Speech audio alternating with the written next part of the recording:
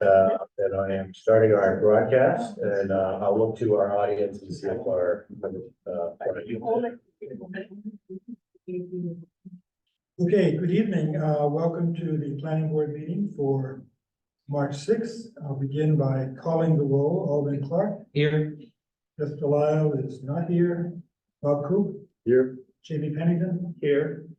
Heather Rogers is not here. Rick Taylor, yes. Charlie Palmisano. Here. Jen Bluestein. Here. Brian Bell. Here he is. Take a second to switch over.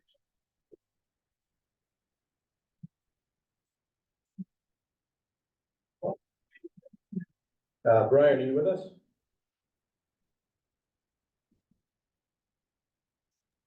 Yes, can you hear me now?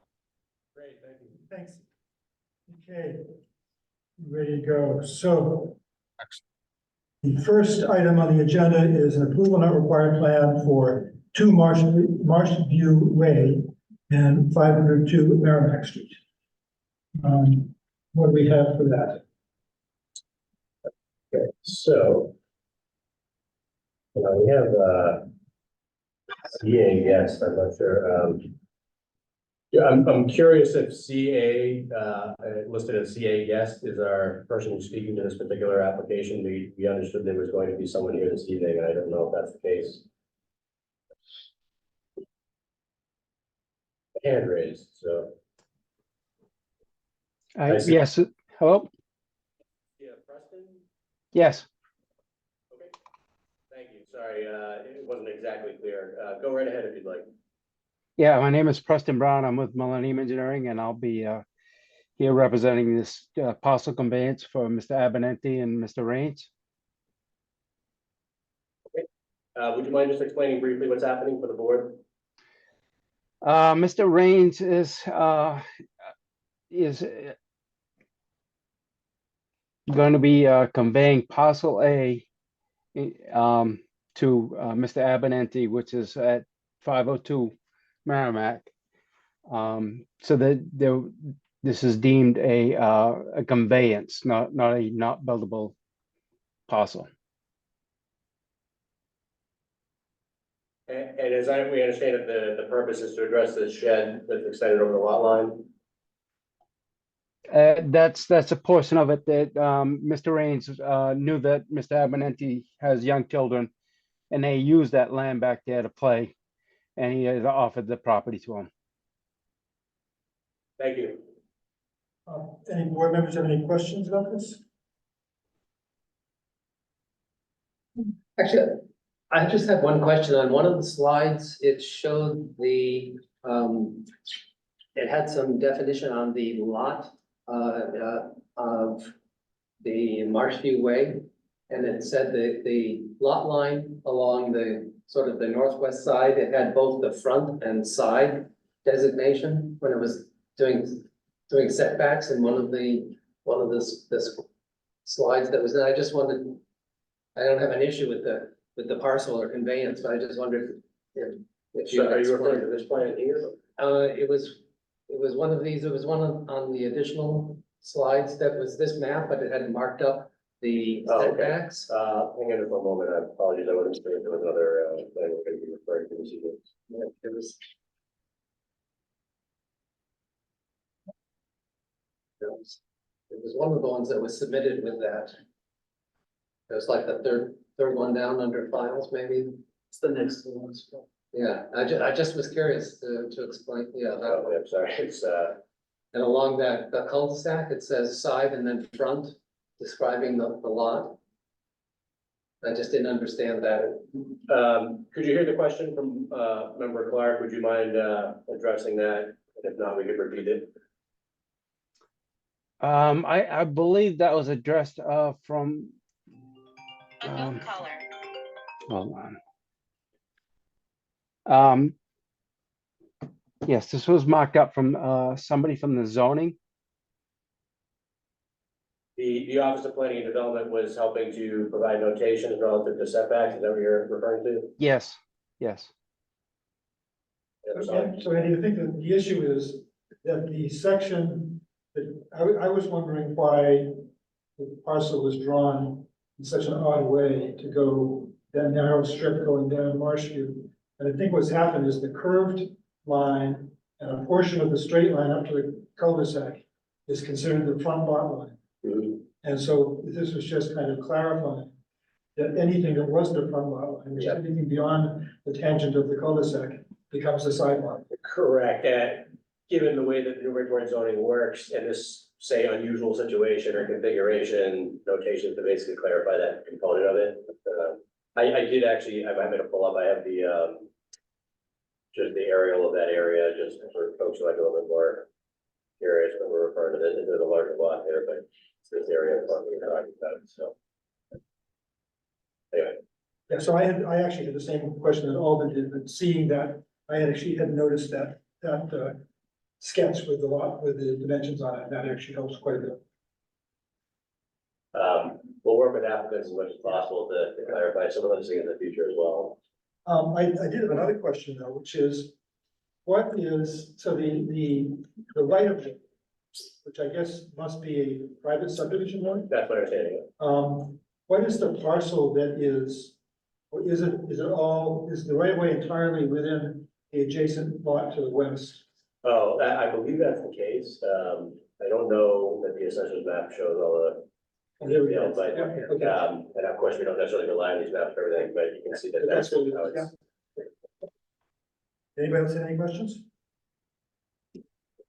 And, I mean, yeah, I guess I'm just assuming that the frontage of the rear parcel is sufficient, right? That you've already checked.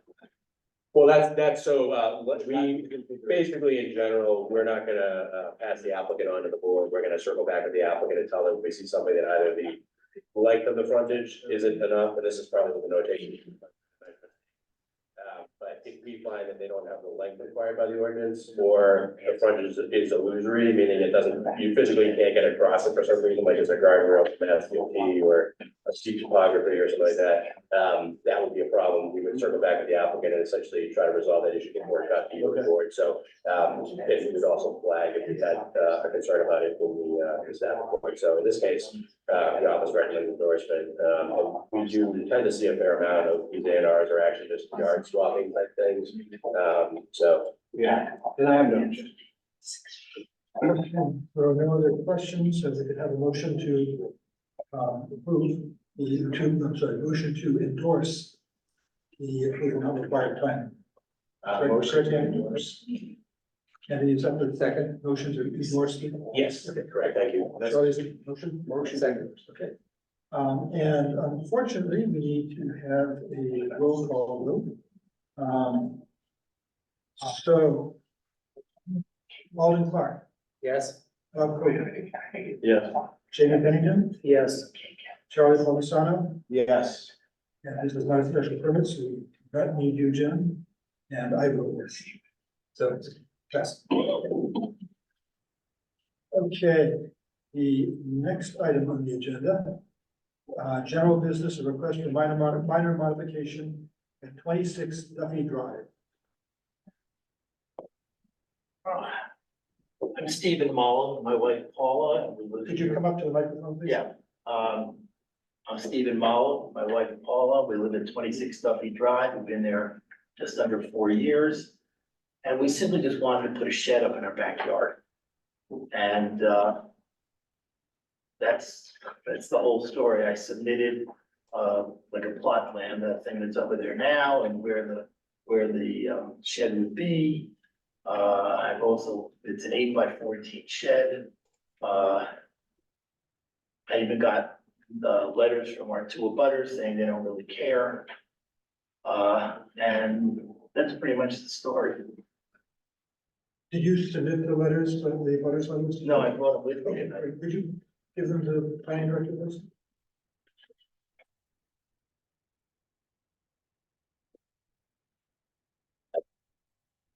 Thank you. So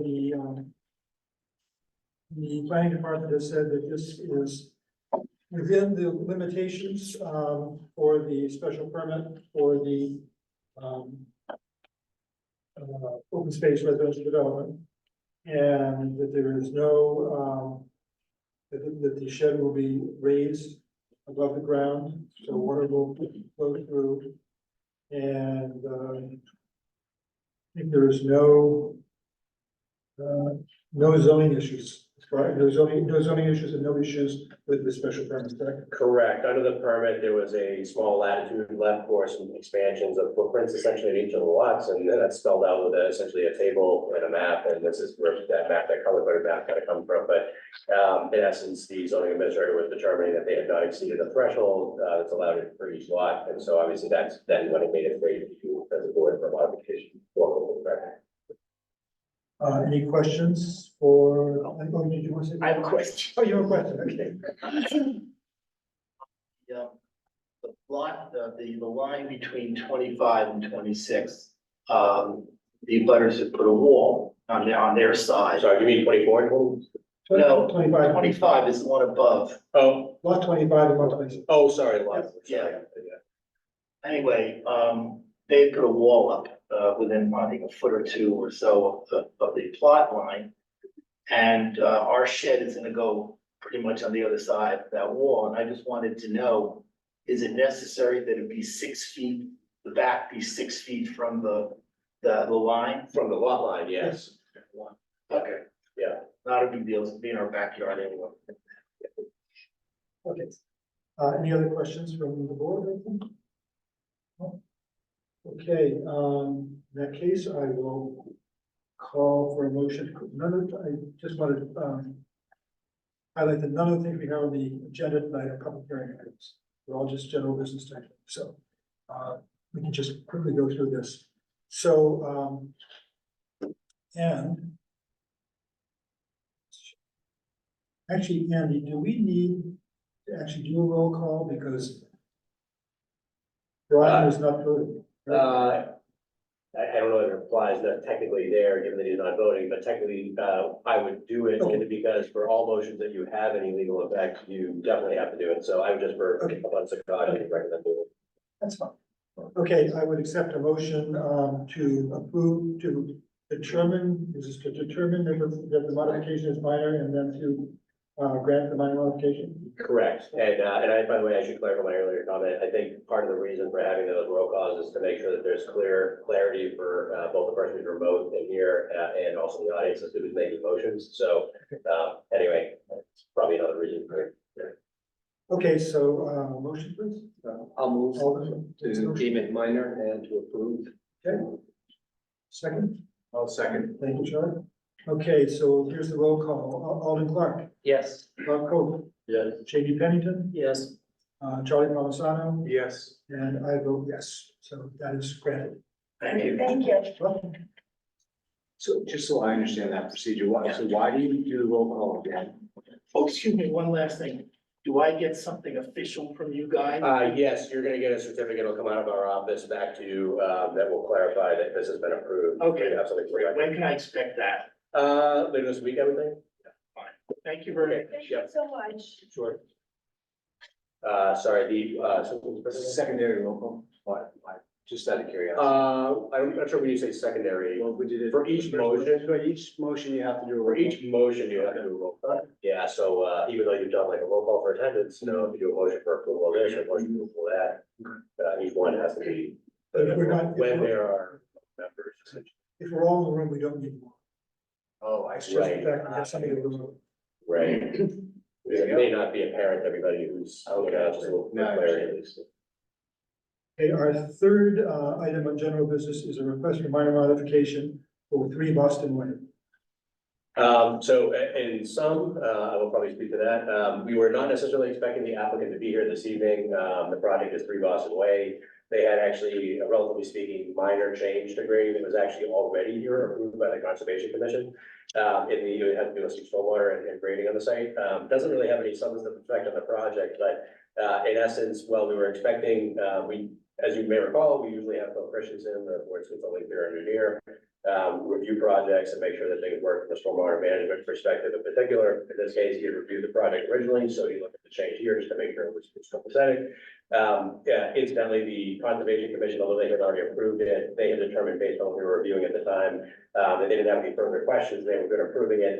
Although we typically will, when a project is before both the planning board and the Conservation Commission, we will both use the same consultant, so we're not, overlapping and having conflicting opinions and all that. But in this particular instance, they didn't feel the need to have it run by Bill. They felt it was sufficient based on the plan itself.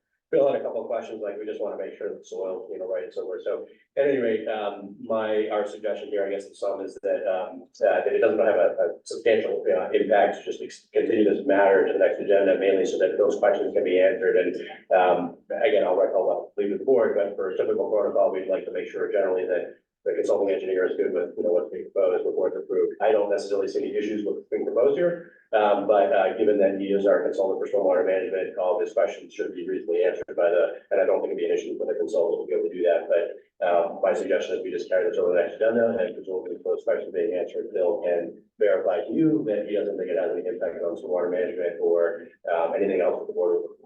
So, Do we need a motion to carry it forward? you don't need one. If it's okay with you, I'll just bring it over. Okay. Unless anybody has any concerns, questions. Okay, next item is the approval of minutes of the February 7th meeting. I sent Caitlin some edits just before the meeting. Did anybody else have any edits that were sent? If there's no questions about that, then we can move to a motion on approving the February 7th minutes. To move to approve the minutes with amendments. Second. Somebody give me a second. Bob, okay, great, thank you. Okay, well, for the roll call, Alden Clark, Yes. Bob Cope, Yes. J.D. Pennington, Yes. Charlie Palmisano. Yes. I actually haven't checked to see, were you here, Janet, that meeting? No, okay. And Brian? I wasn't in attendance on that day. Neither was I. Oh, you moved it? No. So you can't. Right. Just realize that. The doctors. It does happen occasionally. And I vote yes, so the minutes are approved. Great. Okay, so now we are on to the zoning discussion, I think. Yes, Okay with the take it chair. away. Okay, thank you. So, again, just for the record, I guess, Andy Ford, Director of Planning and Development. I had some slides that I provided to and presented to the city council. We, as Rick knows, and actually a few folks in the audience who were there. We spent about 2 hours going over these slides, so I'm not giving the whole, slide deck presentation. I'm more than happy to cover more ground if you want, but I think the main intent of tonight, I guess, I'll speak from my view and obviously for the chair and others. My goal here is to try to get as much feedback as possible in the coming days, in the coming weeks, in the coming months, from city council members, planning board members, the general public, et cetera. And so we have different ways of doing that. For instance, I'd like to have an informational session later this month for the larger public. But at any rate, I should also mention the city council has through its planning and development committee, which focuses on areas like this. And as you know, you have public hearings with them on zoning. They have decided to carry on their regular agenda every couple of weeks, this item, so we could revisit where we are, talk about new material and new pieces of this, and get additional feedback from everybody. As you can imagine, having council consensus over a zoning amendment is important. So, trying to get feedback in a bunch of different ways, but one of them here is at our actual planning board meetings, and so I'm happy to carry this on our agenda, essentially, if it's right, the chair kind of check in on these things. But in essence, I'm not going to go through all the background I went through with everyone else, but a couple of quick mentions. One is that I'll partly speak in the way that I view the city based on the city's master plan and the land use planner. But I think in essence, this map does not note, unfortunately, it doesn't note the large historic area we have in the city that's, it's sort of originally built out. But that is a very important portion of the city. The downtown is located right in the heart of that. And what I'm trying to illustrate on this is just that we have outside of that larger historic block, we have three potential village nodes, so to speak, as I would call them. One is the downtown, obviously. In recent years, especially with the smart growth district, we've seen some changes happening in that area, and that's another opportunity both for the city and here in the context of the state to have more transit-oriented development, multifamily housing, support for transit, and vice versa. And so I call that out as the second sort of village node, but, the reason that the yellow area is highlighted is because, well, we may not necessarily all think of that as a village node, you know, it can be perhaps a more Newburyport like village node in the future.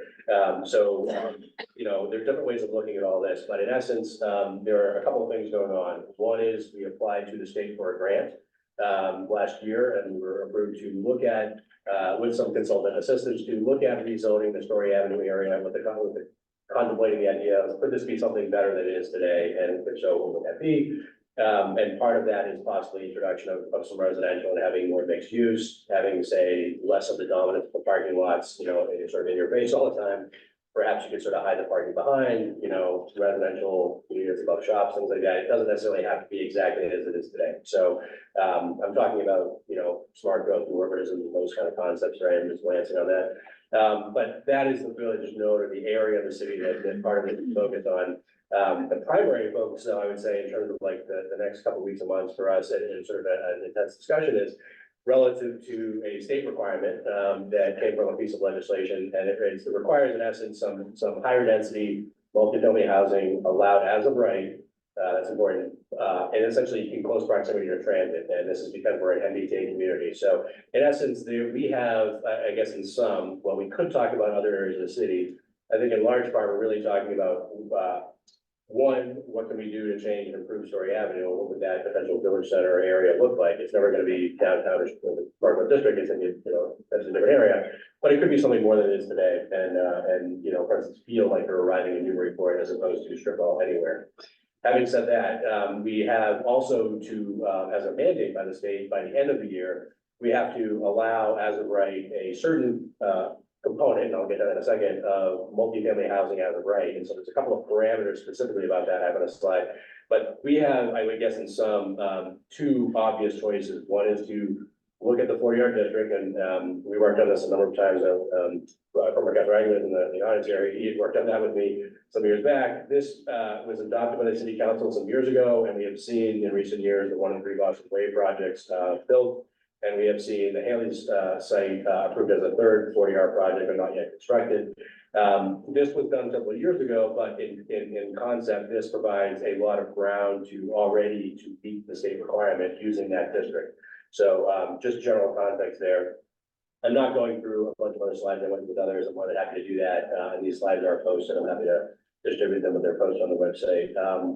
I'm not going into all the planning concepts, but the state is looking to kind of diversify the type of housing that's available. There's a lot of, not so much in Newburyport, that's why this green column here, but around the rest of the Commonwealth, including around the Boston area, a lot of communities have single family large lot zoning, and so it consumes a lot of land and doesn't provide a lot of housing variety. So in essence, we're looking for both the state and potentially the city, some variety in that housing.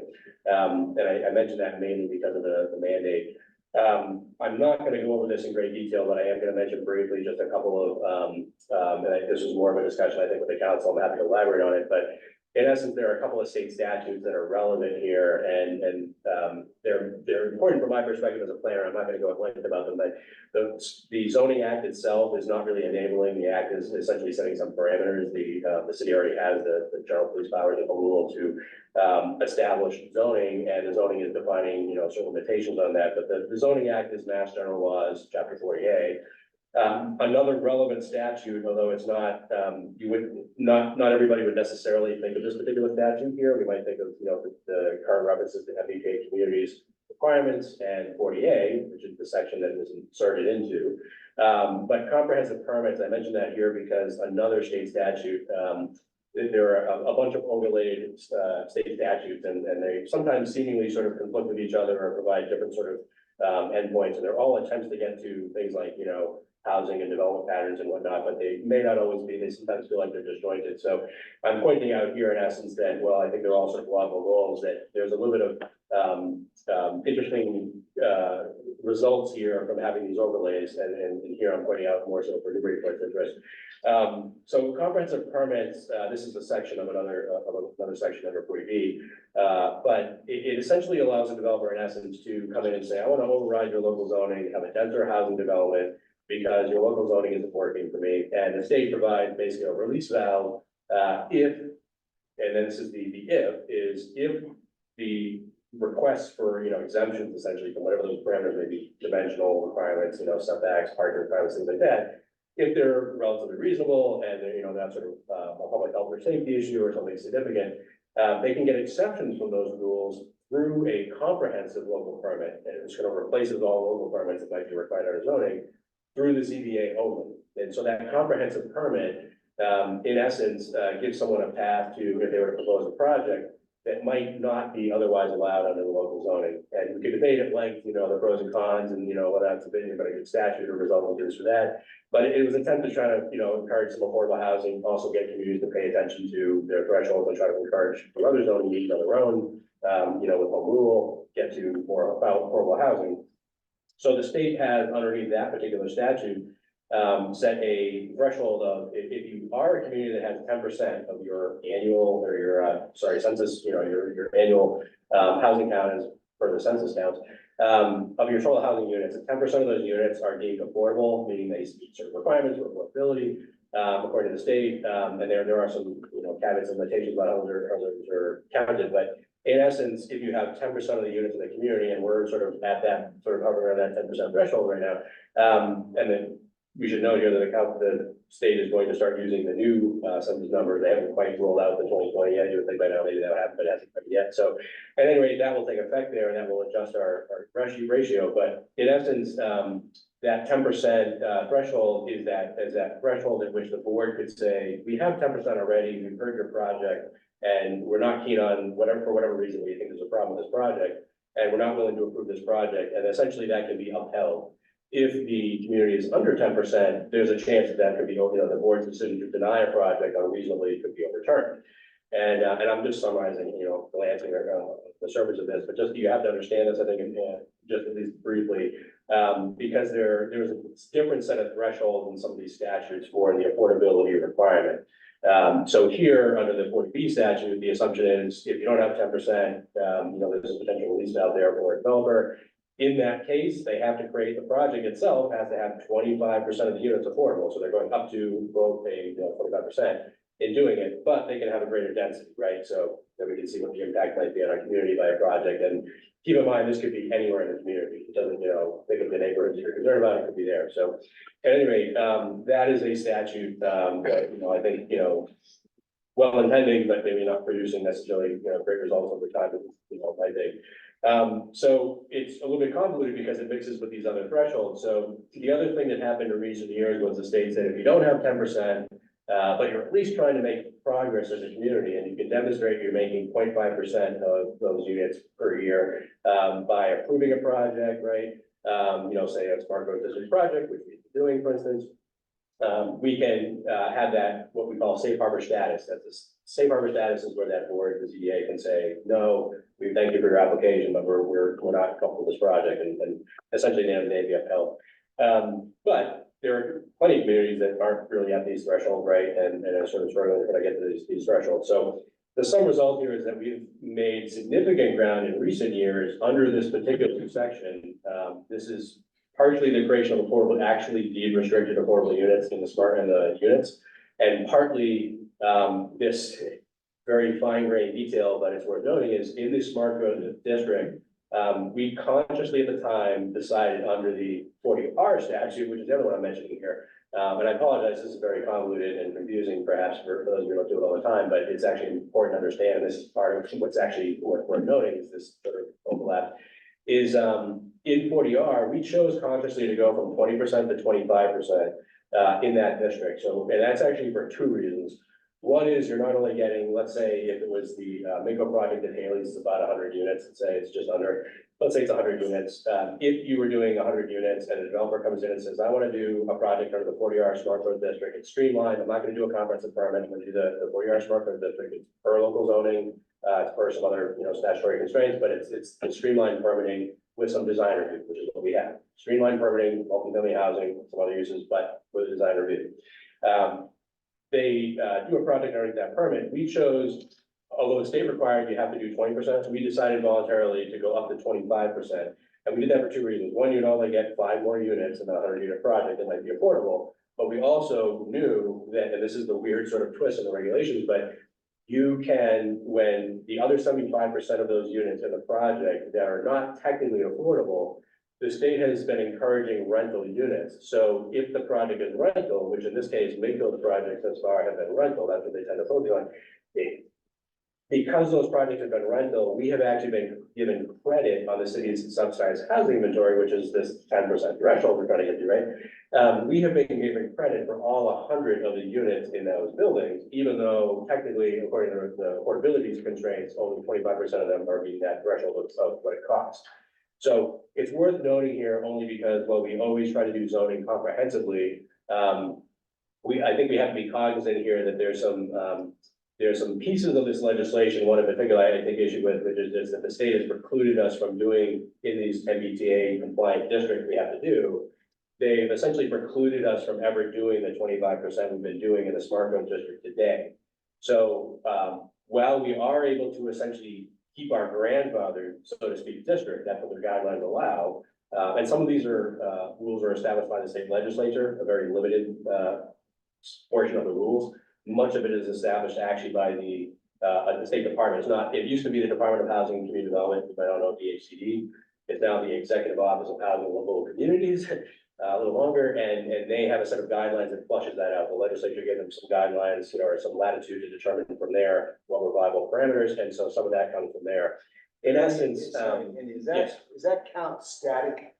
Meaning we can use that count going forward, or do we have to grow the amount of affordable units over time? So for instance, if you reach that 10%, Yeah. you're good, right? But What's the census?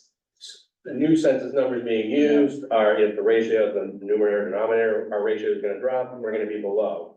Right, so that's kind of what we're, and so I guess I would say in general, because, that, again, it also depends on the census counts and the states are rolling over their views of those numbers, but in essence, it's a moving target to a degree, unless we can kind of maintain, reliance upon being above that threshold, either in the 10% or the 0.5% per year.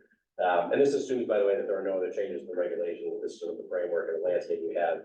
I don't want to go at length necessarily over all this, but I do think you have to have this general context. Because it points out here why the smart growth district has been good for the city, if nothing else, in light of MBTA communities. And it points out also the contract where MBTA communities actually says you can only go up to 20% maximum.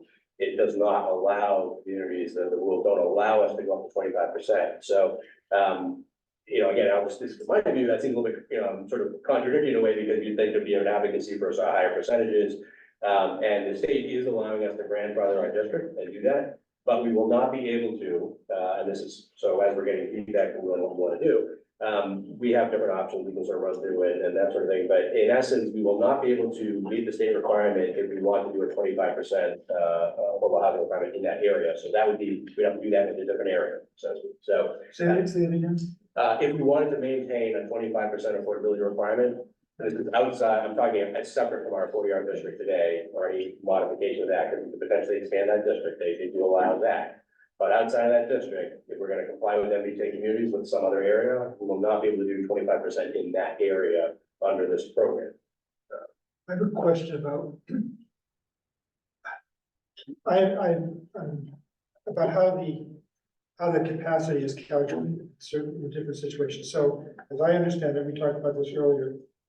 There are some parcels within the 40R district that have no capacity because they're substantially developed Yes. under 40R rules, but they would have capacity under MBTA community rules. So in order to count them, would we have to move them out of the 40R district and create a new MBTA district there? Because as long as they're in the 40R district, we can't count them, right? I'm not trying to follow that last part of that. So if there are two types of zoning of overlay districts. Yes. For our purposes. Yes, The 40R district and the MBTA district. yes, Parcel A has no capacity in the 40R district where it is right now. yep. It would have capacity if it were in the MBTA district For compliance, you mean? for compliance with Compliance, MBTA. yeah. We can't designate that, we can't overlay the MBTA on the 40R and create capacity. If it's in the 40R, it doesn't have capacity, correct? And this might go to a little bit of conversation we had earlier today. I think, I guess if I understand it correctly, and I do, perhaps one thing I can illustrate might help a little bit is, there's a whole table I had to give to the state, this is years ago when we were doing the smart growth district, this is actually like a whole 11 by 17 table, but to illustrate, for example, and I don't know if this gets to it. This is the question I'm asking, right? Yeah, so So, the parts you've got in yellow. yeah, so just to illustrate, just briefly, so everybody can kind of orient themselves briefly, because I'm gonna point to something that hopefully is getting to what Rick is getting at. Sorry, give me 1 second, I'm just gonna the smart growth district map.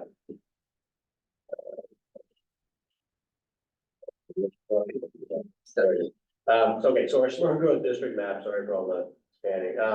So this is just a blow up of the district around the train station there. This is, it's not on my map. This is one that I created when we made the district, but you'll notice here, you don't see 1 and 3 blocks away. This is what the parking lot used to be here, right? So it's the old area photograph, so ignore that. But in essence, I'm gonna point out here that in this zoning district, and this is, so this goes to the different statutory structure and how things are calculated.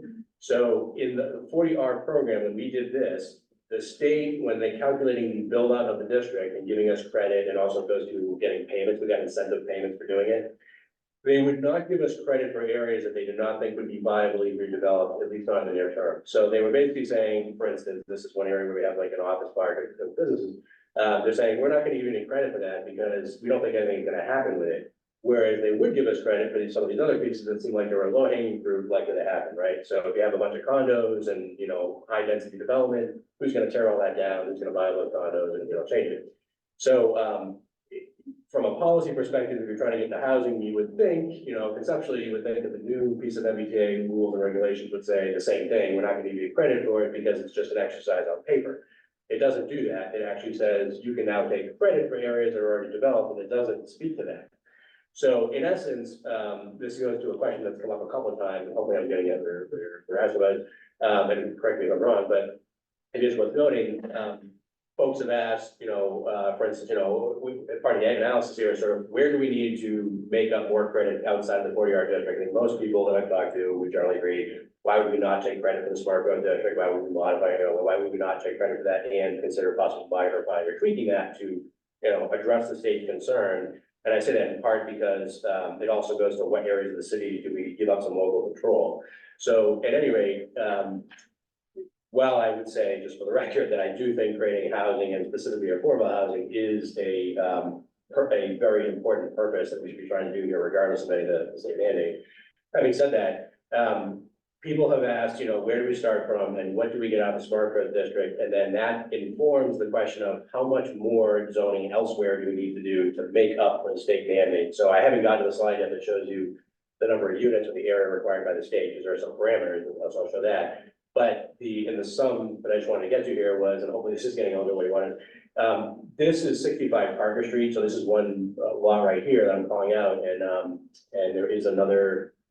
Just calling out here, for instance, I can sort of ignore that, actually, it's not really important to show here, but the important part, I guess, is that this is from the table that we had to give to the state, and so you might not be able to read the size here, but this is 65 Parker Street, and what I'm highlighting here is just, you look at about 4 acres or so, just under, for that area, and the state was giving us 0 credits for units in that area. However, if you go back to the regulation, so while under the 40R program, our total credit under that program was 540 units, basically.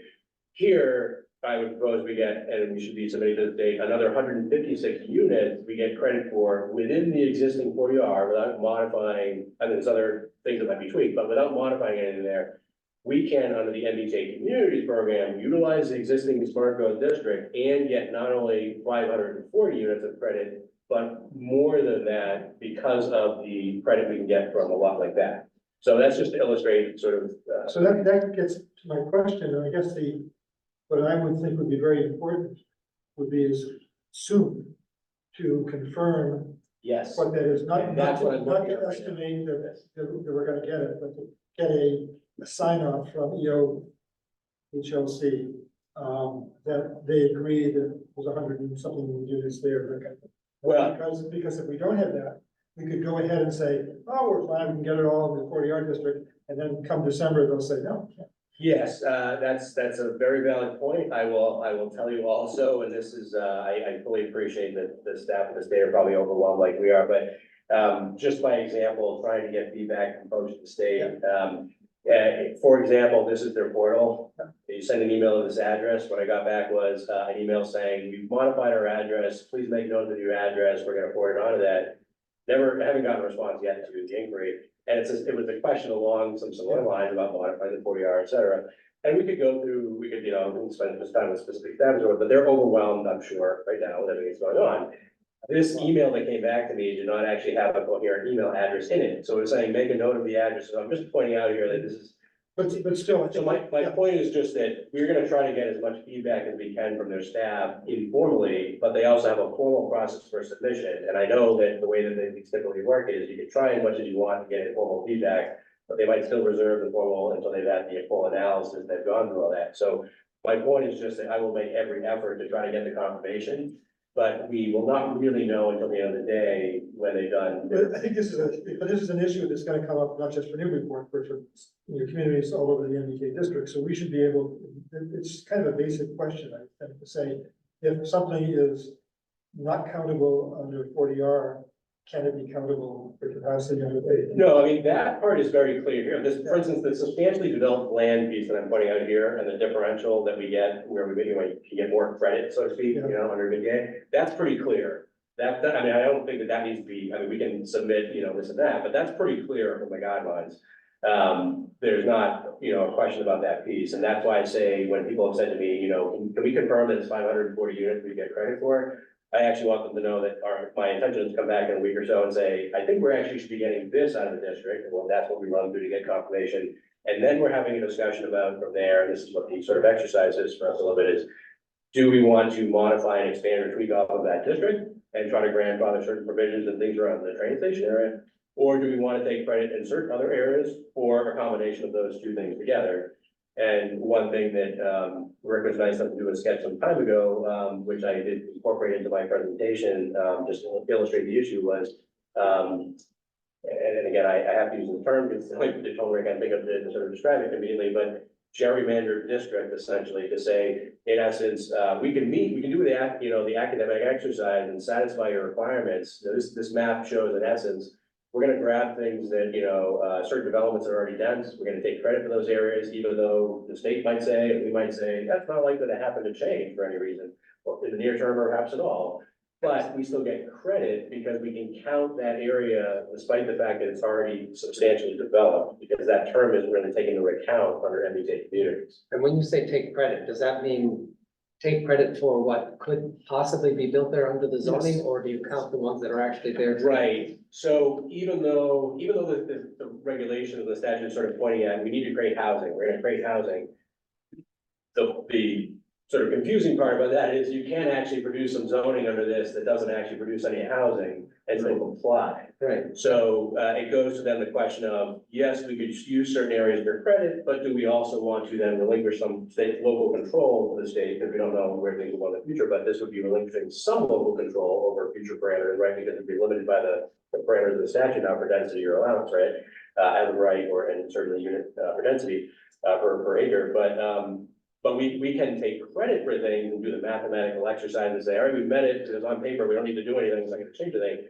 But we also need to be aware that we are then giving the state some control over those areas of the city, so to speak. So there's a pros and cons, different ways of doing that. And I'm not saying that doing the paper exercise is the goal here. I think there are other reasons for doing housing and changing Story Avenue, for instance, or looking at this, but that is a key thing that we need to do. And I think that because we have the options of doing two different areas, and I would say, I think it's important, I would say this here too, but I don't think it's as much of an issue for Newburyport as it is for other communities. One significant reason for that is because we have the smart growth district already. So we made up a lot of ground with, say, unit count, air acreage required for the size of the district. So for instance, Right, that's what I was looking at, given the size of the smart growth district. Why doesn't we do an overlay that includes that? Why doesn't that satisfy the requirement, given the density that's allowed? right, so Multiplying that out, it seems to be bigger than the number that were required. Is that because of the areas you say this is not developable? well, let me just, and I apologize, I didn't get to speak to this slide, so maybe that'll answer some of your question, but we don't currently, or we're not able to do that entirely right now. I am doing the exercise to confirm some math, the exact, specificity and, the level of comfort with our calculation for the 40R, because I want to maximize that.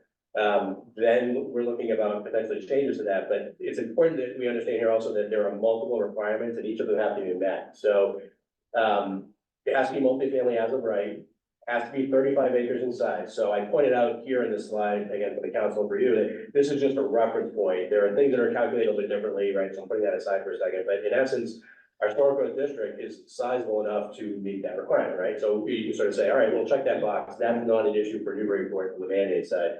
But then we can do another requirement. So 15 units an acre. Oh, we're well over that with the smart growth district. So that's great. That also helps us because it helps us get to a higher unit count for the total unit count we have to create, which is the 1292. When you say create though, it's only within zoning, not physically there, right? Yeah, so I do want to pause on that for a second because I have two responses to that. One is that's true. It can be like, again, for lack of a better term, gerrymandered map. You can do zoning that is just doing, that and not producing housing per se. I'm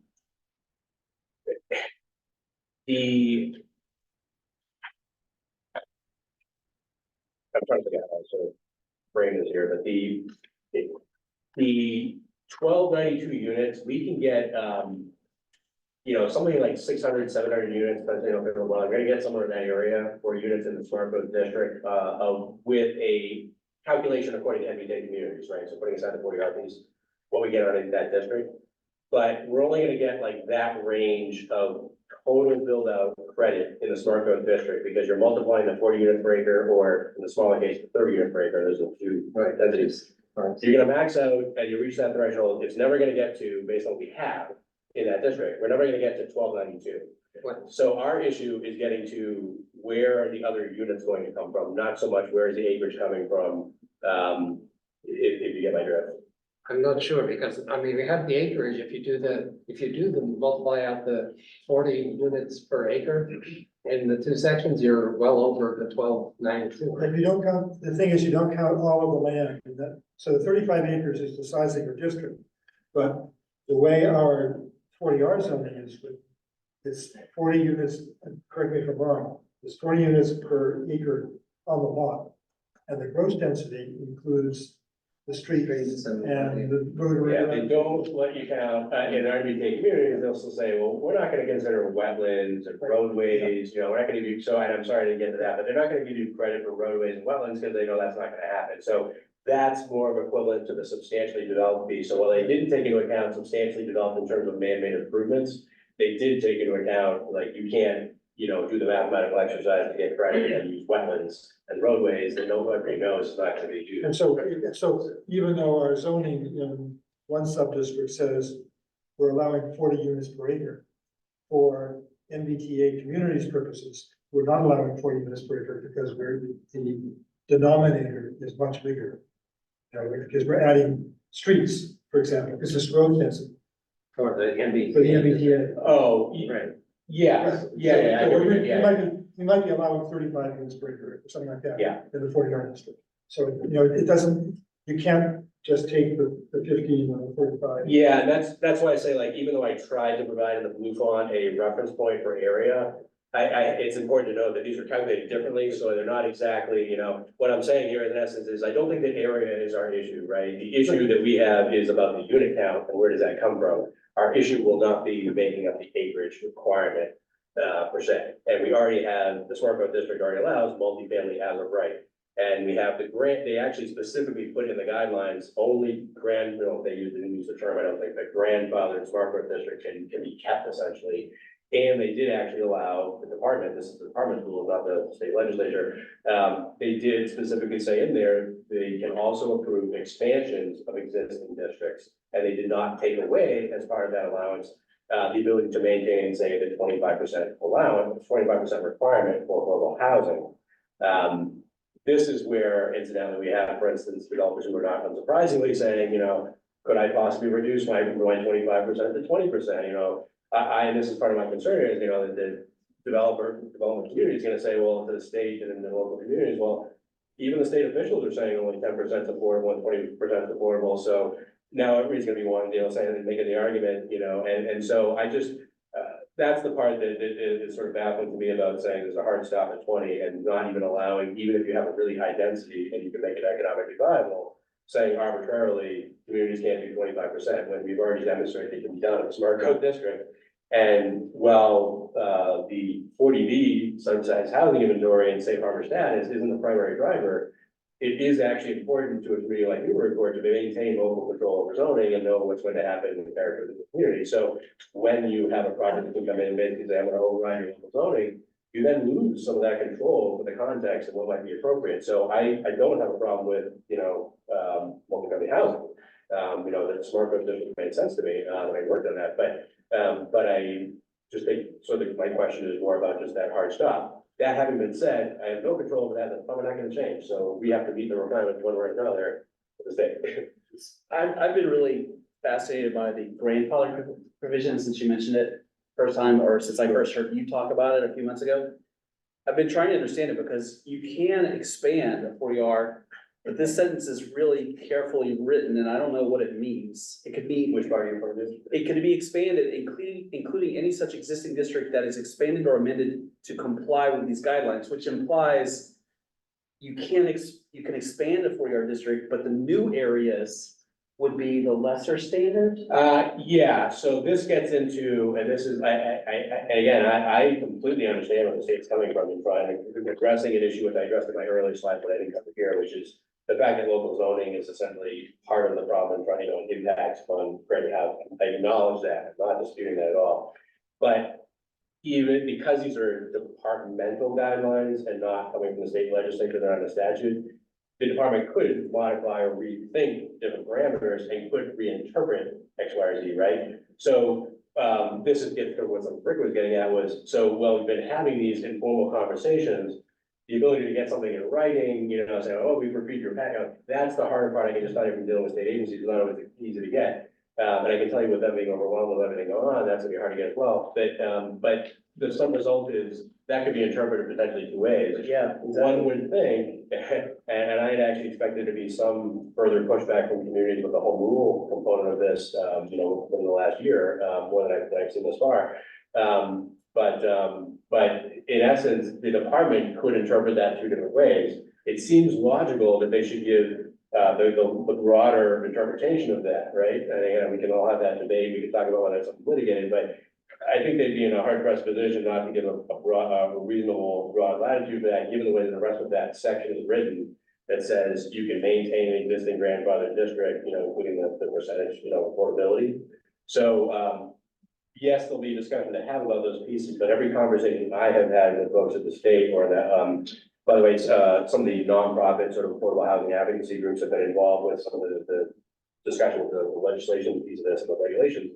All the conversations I've had with folks, there's not been any question about our ability to maintain, say, the 25%, for instance, right? So, or the other aspects of it, there are very limited pieces we would have to modify from what we have gotten informally thus far. Yeah. In terms of the question you're asking. Well, that's kind of my point. Like, if we want to protect the 40R district, maybe we shouldn't tinker with it because we put it into that gray area if we start expanding it and making assumptions about what expansion means or this area. I mean, maybe you can get extra credit for areas that, I like that strategy, like get credit for areas that comply with MBTA, but not 40R. That sounds really solid. But if you start like looking at a strategy that modifies the 40R, you potentially start putting it into this gray area where what's gonna even count anymore? What's the real affordable threshold? That really worries me. Are we saying, we'd leave the 40R district as it is, when we say add to it for the MBTA, just saying, because the MBTA is gonna be an overlay district? Then Maybe, it should yeah, maybe it should be include a part new of the district or an overlay. Yeah, 40R plus any additional pieces? So the 40R would essentially satisfy, wouldn't be creating an MBTA district on top of the 40R. It'd be You would submit it as a compliant As a area, compliant as a component of our compliance, yeah. Roughly half of it. Right, you wouldn't say, Probably, well, in terms of units, but yeah, yes. And large, more than half in terms of area. right, so, well, again, we're not going through all that, I'm happy to kind of elaborate on, but, while you could sort of, again, for lack of a better term, sort of gerrymander a district or extend a district that added 3 units or just, does it on paper. Uproot one, which is one option, and we talked a little about that at a prior meeting, last year, I think, but then, You could also go on Parker Street and look at bubbling the district that way. Again, we're talking about whether or not we want to do it here, do it there, what sort of things we feel comfortable with. But when you talk about adding to it, given your comment earlier about developable land, does it then No, only so- make sense to add parcels that are empty? Because there's not very many empty parcels. So, because otherwise they're not developable unless we're saying that big business next to the train station. Well, no, you no, know, so we for could- instance, if I understand what you're getting at, so 65 Parker Street, this one, the triangle one, Yeah, sorry, I don't think it's in my head, but this one right here. yes. We got no credit under 40R, but we get credit now under this program for this lot, even though it's already substantially developed. So if we were to expand the 40R district and go over Mark Ritchie's property and take credit there, we may not think anything's gonna happen there, but we could get credit for all that acreage per whatever density we allow. That would be added to the unit capacity we're creating to satisfy the state. But what It seems the interpretation, same just to the west a little bit as well, up there. Sorry. not just, Sorry. Heading west from the MBTA station to outside the existing 40R boundary. Yeah, I mean, again, that's already developed land, but if we're looking for additional acreage to get credit or. well, so again, I mean, I think like it's just a simpler one perhaps might be, there was debate about this Hines Way Hines project, it's not shown Way, yeah. here, but Hines Way. There's probably not a real impact to the city, so to speak, if you're debating about, only because it's basically already built, right? I mean, we debate permits and all that kind of in the past, but that is water under the bridge and it's there. So in essence, if the concern is trying to get credit and satisfy the state, you could easily draw a boundary around that and take credit by however units per acre you want to allow. You could say just 15 units an acre, or you could go up to 40 and, you could, stop where it's not gonna happen, right? So I guess the point is just that there are different ways of modifying this district and getting more credit or creating more meaningful units around the train station, which is another potentially laudable goal There in really, itself. there are really four, as I see it, four different things we should be thinking about. One is, continue or getting close to or getting over the 10% hump that and making sure we stay over that so that we protect ourselves from 40B comprehensive permit shops.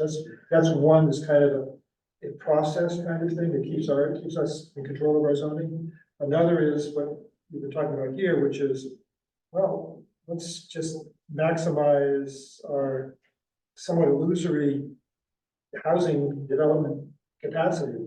I mean, we can write it on a map, but doesn't mean it's ever gonna happen, so we're not gonna get anything. And the third thing would be, producing housing. Right. Because there's a housing shortage and that's a goal that we should. Right, and I want to make it clear, and thank you, Chair, for directing us back to this discussion, because I really want to make it clear here. While I think it's very important that we be cognizant as a local community about the implications under the 40B statute and safe harbor status and whatnot, I am not at all suggesting that what we should be doing here is just to do a paper exercise, or it's not important to create affordable housing or affordable housing, nor am I suggesting there aren't also similar benefits in doing things like this over at Story Avenue. I happen to think that that's an area we can improve for the city and for other reasons along these lines. Well, that was my fourth point. My fourth point is, what's good planning? Right.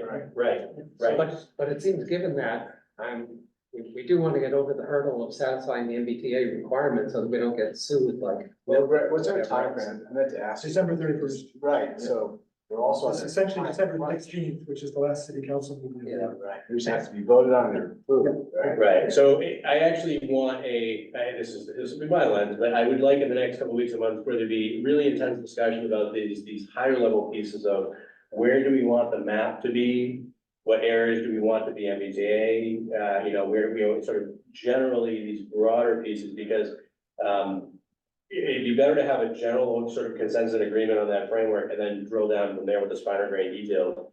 And these are the higher level pieces. Then this is one of the higher level pieces, is where is the map going to be? We get the finer grain details and they do overlap a bit. The way I would describe it a bit for us, although I don't think it's as complicated for Newburyport here, but as some other places with the density and the insertion of it. But if you think of like a children's playground and like having like a seesaw, but it's one of those seesaws that has like 8 seats on it, we're balancing between these different parameters and the context of Newburyport, what works. I don't think it's particularly problematic for Newburyport for various reasons we go into, but you sort of see illustrated briefly here. But at the end of the day, we still have to decide where we're going to take that credit and where we're gonna have certain densities and whatnot. To Rick's earlier point, I think it's very important to recognize here, there are separate reasons for wanting to rezone Story Avenue. We can all debate those and whenever we want to do it and all that, but I think there are benefits for the city entirely separate from MBTA communities for updating the zoning in that area and including the potential for housing there.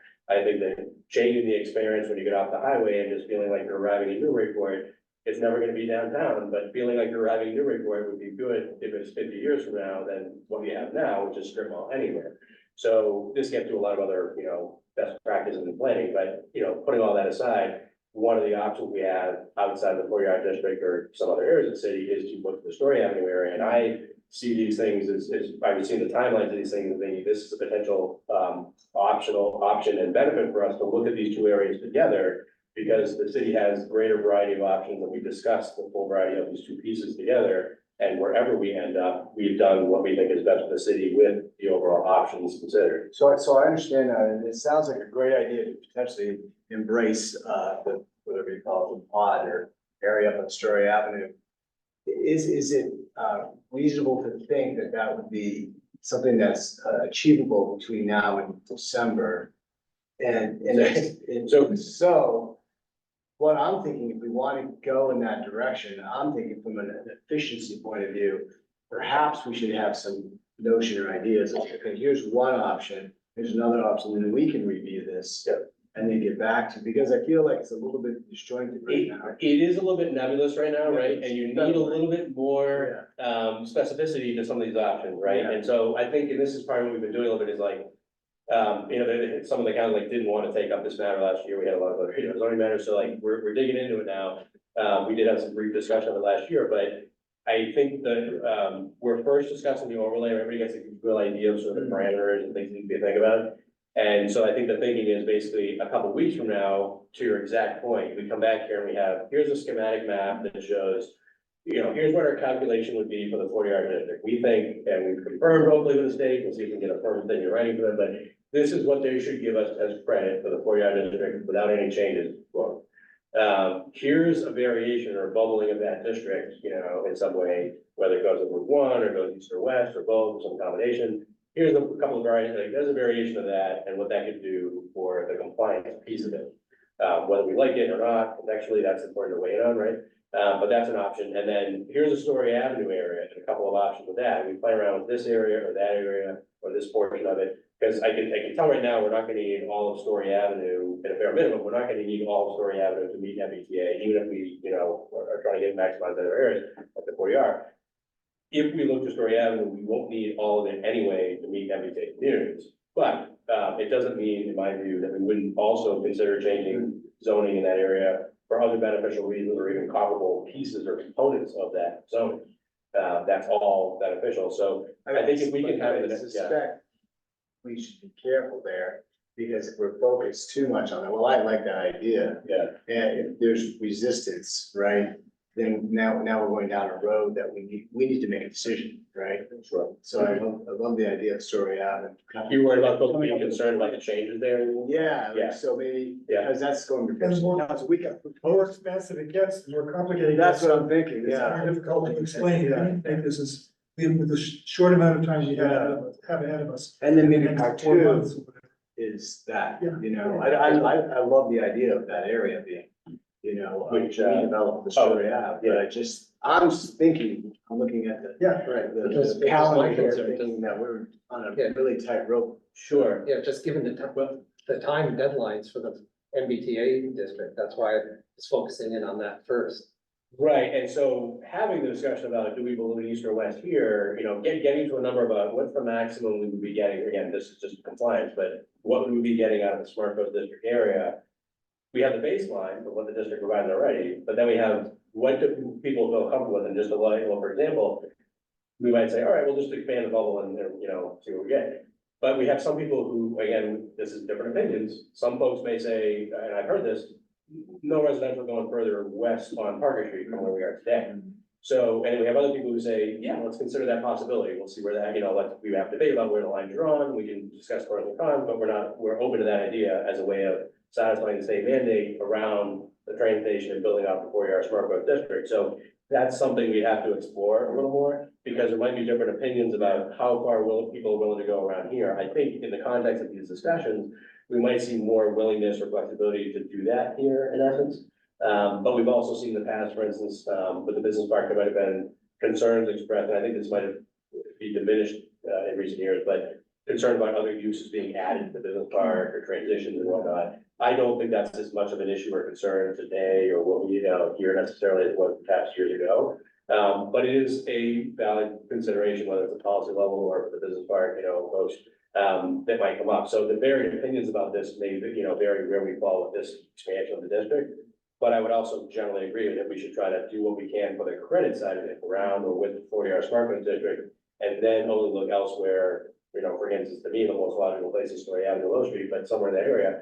But to then only have to do in that area the minimum required for the state there, doesn't mean I would not change zoning for other reasons, in other ways, but I just think that we would minimize the other areas of the city to some of this discussion that we would then. So when I looked at it, given a minimum 15 units per acre, that we're required to have. Right. And even assuming that we don't get anything more out of the 40R district, I think we only need 25 acres, and I think we can easily achieve Right. that on Low Street, it's just the Low Street frontage. Just this area here. So I would, just in order not to have a lot of uncertainties hanging out there, I would like us to move forward, looking at that area with Kmart and Hodges and just that, the West shops, that kind of area there, as something that we agree to move forward with regardless. And then over on the 40R section, I think we should be prepared to give the city council a venue, because I don't want to give them a single package and say, take it or leave it. I think we should say, here's our 40R. What about moving west a little bit on Parker? What about moving up to the rail trail to get to Enbro? What about moving east on Parker to pick up Hines Way? And then, if we get some controversy, as long as we've got the buffer in terms of Bow Street, if we have some controversy about one or the other of those, the city council could say, no, let's just drop that piece and we'll vote on these three pieces instead. Because that would be, I hate to get in the position of, getting to a tight deadline and all of a sudden having the city council say, why did you give this package to us? There's pieces that we really don't like. I wholeheartedly agree, and that's part of the reason why I appreciate the planning development, members and chair, and it was actually, this matters to me the whole, so my intention, my hope was that as much as possible, all councils would attend and be able to participate and give, feedback, so I appreciate them devoting time to that, the regular agenda, so that we can do, because I think I agree wholeheartedly. What I think we need to do is a couple of iterations of these things collectively and sort of bouncing the ideas back and forth, right? And honing in on exactly what Rick's saying, honing in on what we feel comfortable with, because we have variations of this. You could do, frankly, millions of variations of this.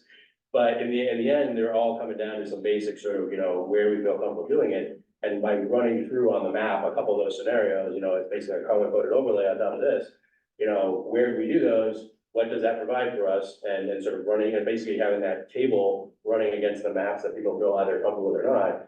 We're basically gonna hone in, and I think relatively straightforward, I think, on what we feel comfortable with, from there. Are there public hearings for this as well? Yes, because it's plenty of this is on change, yeah. Yeah, public hearings. Yeah, there will be formal hearings. So my plan is to try to, I have to touch base with others on dates and things like that, but I'd like to do at least one public informational session, possibly two. We have the planning development committee with the city council as least one vehicle to provide more public input and to make sure the councils are, routinely involved. We have a working group. We have, so obviously there's different consultant pieces in the regional planning agency. So there's different pieces of this that you're going to see brought in here. Some of it is mapping, some of it's illustrations of what the 3D mapping of the area might look like. Some of it's getting to, I didn't talk about it at length here, but the whole affordable requirements, and there has to be, in order to go from 10% higher up to 20, as I mentioned earlier, you can only go up to 20. But to go from 10% higher somewhere towards 20, we have to provide an economic feasibility analysis, or EFA, to the state. And this report, which every community down the area has to do, is to demonstrate that it will be enough density on that area to justify whatever percentage of affordable housing you're requiring. And so in essence, there'll be different pieces that's coming in here. That's more technical in nature. What that's gonna basically flag at the end of the day is are we allowing enough density in a certain area to justify the affordable percentage we're requiring, right? That's what it's getting at, the state, in essence, but I think the more important thing for us is recognizing that's a parameter and a constraint we have with the statute and the regulations. We have to decide what we feel comfortable with and what we want to aim for. And then we can, within the constraints of the MBTA communities, these other statutes, we can then develop something appropriately. But I think one of the primary things for us is that mapping question. Where do we want to do this type of multifamily allowance as of right? Recognizing there can still be a design review process like the 40R Smart Grid District, so you have some ability to look at the, design of the building, the way that the site's laid out, all these different things like in the Smart Grid District, things like that. But where do we feel comfortable allowing that multifamily housing? And then we have some debate about what the densities are. Is it 40 units an acre? Is it 30? Is it something, is it 15? Is it something else? But where do we feel comfortable with that? And I think once we've got some sense of consensus on that, a lot of the other things tend to, I think, here in context will sort of these finer grain details for us. How many units in each of those buildings? Sorry. How many units in each, like one Boston Way, two Boston, just to give an idea. Sorry, I forgot to tell me, I think it's 76 at 1 Boston Way, 84 at 3 Boston Way, and 96, I believe, in the Haley's unbuilt Haley's project. And $2,000 is considered affordable? Well, so again, this, Anybody else seeing that? this is how it's all defined here, so I put these two slides together. One, I wanted to, with some basic data, just kind of illustrate, even when we talk about quote affordable housing, everybody has their own perspective, but one of the things that I was trying to illustrate in discussion with the council briefly, was just that if the intention of this legislation is to address housing, right, or is it to address affordable housing, right? Because there's two different, and that's why I pointed out earlier in the other slides of the presentation, but you could say we're creating housing and we're streamlining housing here, but it's not specifically directly addressing affordable housing. There's probably a presumption here, right, in the state that if we saturate the market with market rate units, that the competition between those might create some more affordability in the housing. I'm not necessarily convinced that's going to pan out that way. Or at least not substantially. It might have a, negligible, in my view, sort of impact on that because there's always that competition and people are always saying as high as they go, right? So I don't know it's realistic to assume that that competition will do it. So that's why it's worthy to note that is this legislation specifically pointing at you have to have a percentage of affordable housing units, or is it saying you have to allow as of right? And then it has a certain parameters about what you can do by affordable housing. And in here, given that it actually caps it, as opposed to saying, you can do 20 years, it said it caps it. It seems in some ways, and this is, I know, difficult for some of the folks at the state level who have to deal with the policy part, but it seems counterintuitive in some ways. Some of these pieces seem counterintuitive because they seem to sort of contradict each other, right? You want to create housing, why allow an exercise where you can do something on paper but not actually create any units? If we care about affordable housing, that's the goal, and it's been said here that the goal is to create housing. But if the issue that we all keep talking about is affordable housing, is this really creating affordable housing? The assumption here is that the private sector will create that by competition that will trickle down, sort of trickle down economics will come down to everybody else by the saturation of our market rate units. And I'm not necessarily convinced of that, which is one reason why I'm disappointed that the state has put a cap at 20% and not allowed us to keep at a 25% ratio, for instance. So, and again, just that's to your comment. I mean, whether or not we think these numbers are affordable, these are the thresholds, and you'll note that for 80% of the area median income, Minko is doing that same number, that same amount for the rents at 3 Boston Way, right? So these were just to illustrate what the actual prices are, what the numbers mean, that person when we talk about this. In terms of extending the 40R district, right now we've got a 40 unit per acre sub-district and 30 unit per acre sub-district. But 40R would also allow 20 unit per acre. So if we extend our district, are we bound by the 2 density sub-districts that we have right now? There's nothing in the regulations that says we have to, for instance, we could extend this district as long as we're still above the 15 units per acre, right? Yeah. And we're still within the confines of 40R, which we'd be fine. Yeah. We would be able to extend this district and according to their guidelines, and this is back to that, like, are they gonna interpret their guidelines fairly or, according to the way they're written? We could do still 25% technically, At 20 years. at 20 units per acre. I will note, and this is, they perhaps worthy of noting, but, because of this legislation, I think in particular, not surprisingly, we have developers who say like, hey, you know, we, you know, potentially modify ratios. If we were to sort of tweak that, I mean, keep in mind that there is actually a path, just be aware, there is actually a path in the smart growth district right now. And this is because the state mandated it at the time when we did the ordinance. Well, it says you have to have 25%. They required us to have a release valve saying that if the board was persuaded that it wasn't economically feasible, which is getting the same thing the state's talking about in the MBTA communities, but wasn't quite as hard as this current Richard regimen. But it said there was a release valve by which the developer could come in and say, you know, I don't think this project is feasible at the 25%. Now, I think we've seen here it's viable, and we could debate pandemic versus post-pandemic market, but I don't buy that it can't be, you know, it isn't feasible to continue doing the 25%, for instance. So at any rate, I just point out here that, you know, these are sort of an evolution in state, you know, process to try to get to different things, different ways, some is overlapping in different tools, but in essence, these are some decisions we'll have to make here, and it's worthy of noting just how they sort of relate to each other. What are the resources that the city has to explore, you know, chunks of the city? You know, this density, that density, okay, let's add these 2 blocks, like, is this something that can happen in? I wouldn't suggest you have a meeting, a public meeting where you're just doing this in real time, that would be chaotic. Right. But are you gonna have to like go back to a consultant and we'll get back to you in several weeks, or is this something you can turn around in a few days? Yeah, so in essence, this is part of the, like, the idea is to have, like, you might have like 10 or 15 scenarios, right? They sort of boil it down to, you know, some simplified version, like, I don't think it's realistic to have a real, you know, discussion with like 20 different versions, right? You know, so, but if you have a variation of enough of them, and yes, we will be able to generically, with some general assumptions, seeing on the map, sort of where the estimated wetlands are, for instance, we could basically look at the overall acreage of, say, you know, like Mark Ritchie's parcel here with the permit, right? Look at the acreage, you see there's not a lot of wetlands in there generally that we'd be looking at, right? So, most of that being upland developable area per se, not an area that would be discredited by the state. We could get credit for it. We could say basically, here's the acreage of that area. The GIS tells us immediately what that area is. Let's say there's not a lot of discount for wetlands. We could calculate all that area, add it immediately in there and say, at 15 units an acre times those acres during on the fly, during discussion, right, during our meeting. Let's modify that tweet just a little bit and say, what is this scenario that we've talked about? Well, push the 3, 5, 15 scenarios.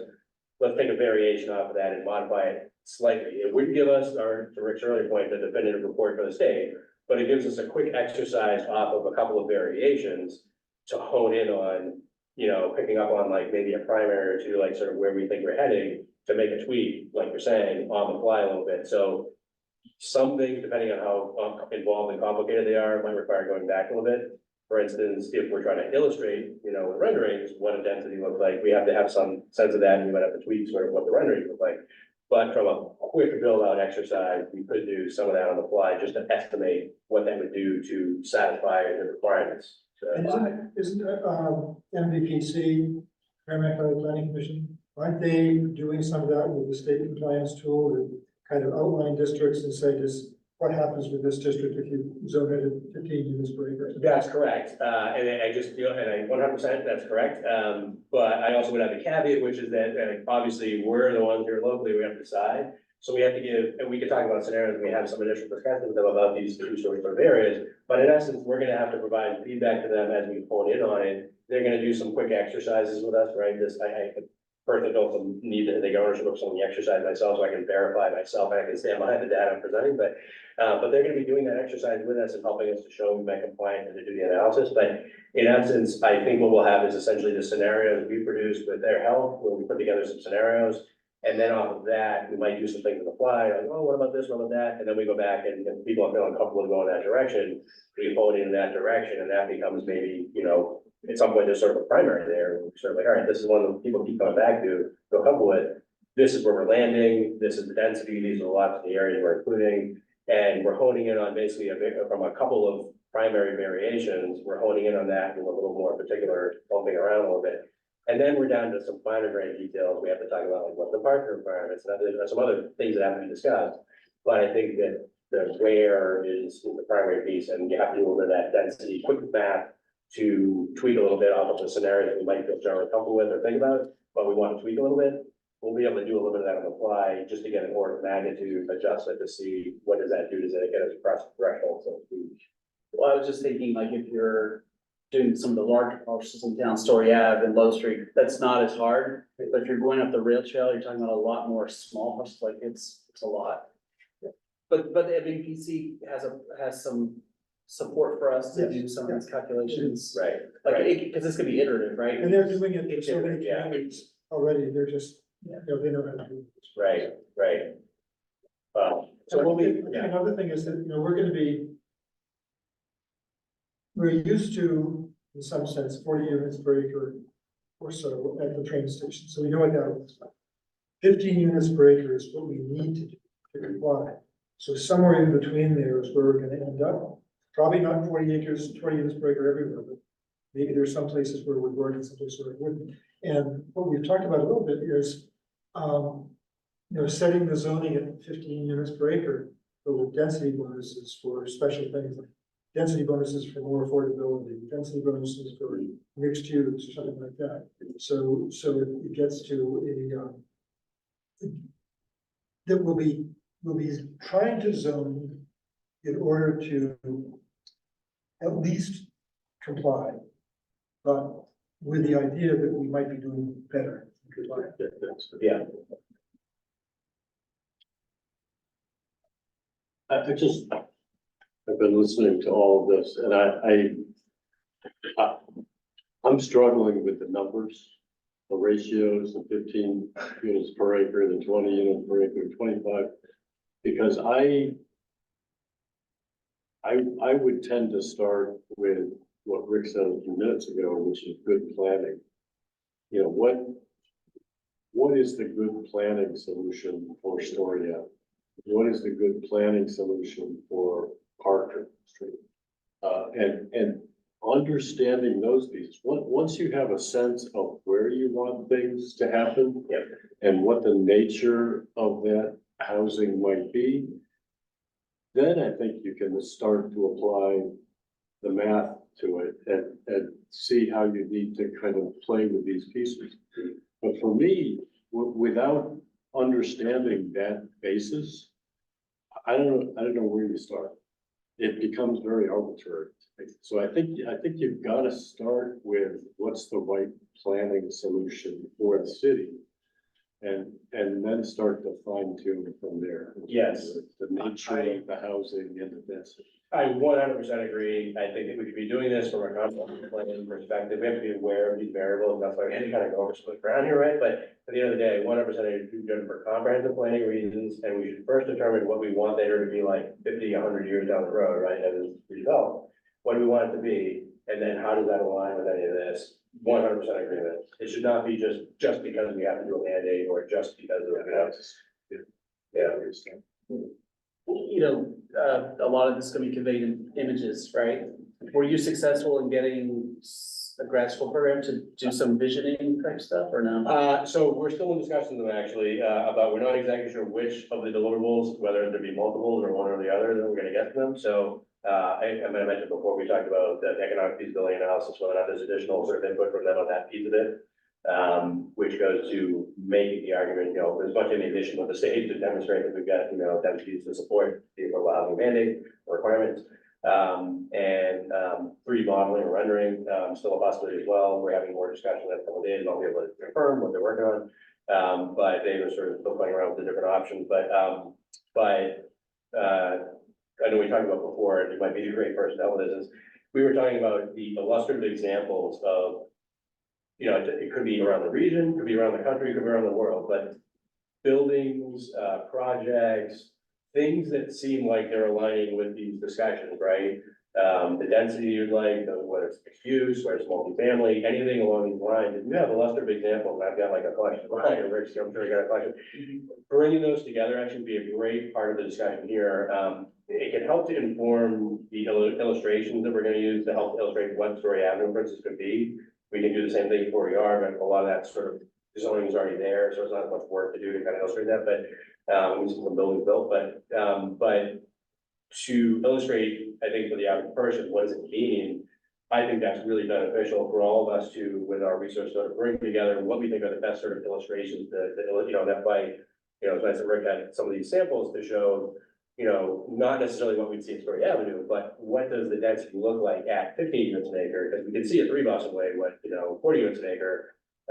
This is actually, this is 1 Boston Way, and this actually was slightly reduced in size, I never recall the one that sort of moved from it, but this is, sort of your 30 to 40 units an acre, this is your 40 units an acre here, so, we have variations, but having those illustrations, I think are really helpful to reach the policy agreement of some type, and also to illustrate to the general public what we're actually talking about, because some of this is the numbers and the language and the survey is not really, as digestible by the person that can deal with it all the time, and it's fair to them, they should be able to kind of see what it's visually mean potentially, so maps to illustrate areas, then some visualization to see, if we were to extrude buildings out of that, and say, let's say down on Low Street where you're looking at the Kmart, like if that wasn't, you're not looking at a parking lot, you're looking at buildings and you think the parking's behind it, what does that look like? Well, the illustrations will help to show what that looks like, even real world projects that we have, whether it's here or elsewhere, illustrate what that could look like. What's gonna be the next forum for that to happen? For which piece of it I have. For people to come with ideas and workshop it and discuss? Well, for this body, I would say, every meeting, so we can discuss, how I would love to, and this might be, if you had, for instance, like a slide deck you wanted to run through. And I'm happy to kind of create like a repository, so to speak, of the visualization, so we can kind of use these and add them to the pieces that we're using in the different fronts, but to walk through those would be fantastic, and just to get feedback from folks about what you like, what you don't like, what you would feel comfortable having, sort of if you could beam that thing down there. What would that feel like to you? Would you like that? Would you not like that? Whether it's height, requirements for personal uses, like Rick mentioned, using the carriage stick approach, do we give it an incentive to keep, commercial on the first floor at residential, or an incentive to have more affordability, because we allow more units per acre. But having those illustrations, I think would be really great, for all the discussion, because it provides a tangible thing that, the average person can, associate with. It's a little hard to kind of conceptualize this stuff. But if you have visualization of what a building at that unit per acre looks like, and what it could look like with proper design review, that I think is really helpful. I have a collection, but, we would take days to go through, I'm sure, like all of it, but to kind of walk through some of those, I think would be really helpful. So I know you might be already, I know Rick and I have already talked about, So to springboard off Jamie's comment, I think I sense what you're asking too. I think we need some sort of timelines as to what we should be meeting for.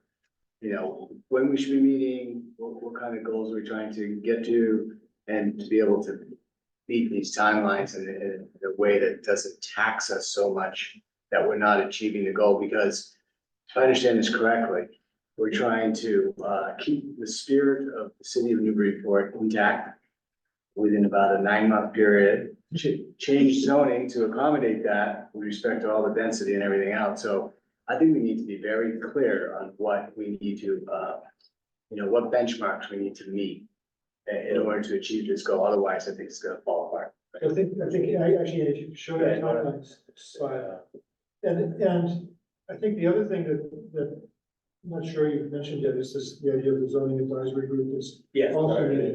So, but the thing that, even though it says December 16th, there's a 90-day period within which the state gets to review what we're talking about. So if we back out on December 16th, first reading by the city council, November 25th, then we've got a planning board and planning development hearing and meetings, formal submission to the council in October. That really means that we have to be done with at least a pretty clear concept of where we are by June 30th. So it's tighter than the 9 months you're talking about. It's scary. Well, Andy's done such a good job getting us teed up. Yeah. Well, and this is not even my point, I appreciate Jared being here this evening, I just would reflect something that he had said at the council meeting, which is, well, there is a lot to do here, so to speak, right, there is a lot that we need to do. I think in the context of the landscape that we have here and the zoning that we have and the state mandate, it is not quite as problematic for Newburyport and to satisfy the state in a way that is, the best I can say, is sort of not problematic for the city. So while we do have to make some choices in here, if there are folks who are feeling anxiety, you know, again, I know I can't speak to Milton's, you know, specific situation, the options that were considered, or variations and so forth, but it would be very different, I think, if Newburyport had to insert this type of thing, say, in the National Register Historic District area around the downtown, a very different discussion about that. We have areas where I think this is largely, in my view, aligned with potentially beneficial changes for the city. And hopefully folks will sort of gather as we go through this exercise and not see that the build out that's required by the state, which is really what we're talking about, is how many units, you know, that's where we have to focus a little bit. I don't think it's necessarily problematic or necessarily quote hard for us to do that.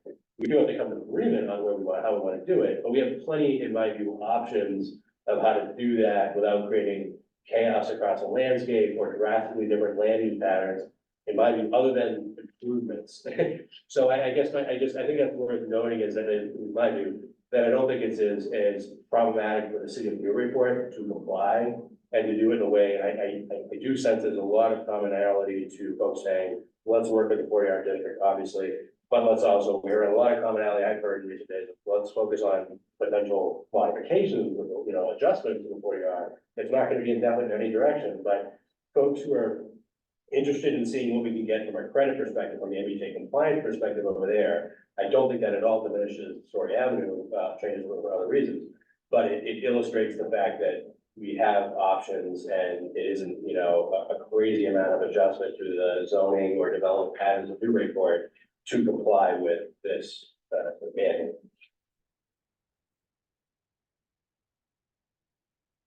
We covered a lot, Yeah. we covered everything you wanted to do, we covered that, so. I mean, so plan on getting more information from us, you know, we'll sort of coordinate between the forums and so forth, but we're gonna get into more of these exact sort of map illustrations of, well, what we included this area, it's gonna produce this.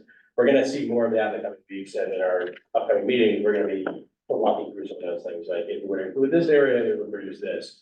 You know, do we feel comfortable with that or not? What about a variation like this, right? So we're gonna do more specific with that mapping, but we're just kind of conceptualizing a little bit here of what's happening, which is do we modify off the 40R? I think I haven't heard anybody who says don't use the 40R and kind of keep most of what's there.